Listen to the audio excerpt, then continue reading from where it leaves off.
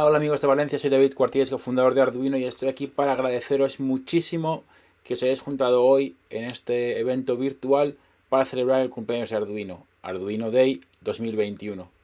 Como sabéis, Arduino lo creamos hace ya 16 años como una herramienta para ayudar a todo tipo de personas de cualquier tipo de edad, de cualquier tipo de procedencia, a acercarse al mundo de la electrónica digital y así aprender cómo se manejan o cómo se crean los objetos interactivos de hoy en día.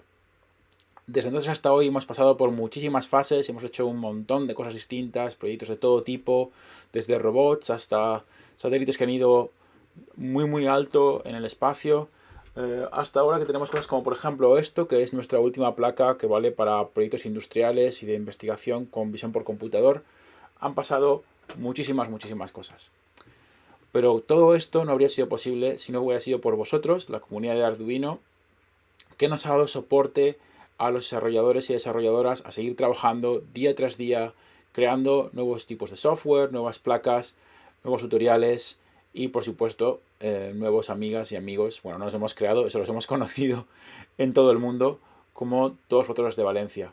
Voy a leer un poco porque quiero mandar un saludo a toda la gente que está colaborando en este evento, como son Electrón Perdido, la asociación Bill Initiatives Educatives, bueno, lo he dicho medio en inglés, medio en valenciano, perdón, y la colaboración de Cefire, con quien tenemos muy buena relación gracias a los proyectos de CTC que hicimos hace tiempo allá, y a la gente de la Escuela Superior de Ingeniería del Diseño de la UPV, donde suelo ir a dar clase todos los años. Bueno, doy clase en Bellas Artes, pero es en la UPV en cualquier caso.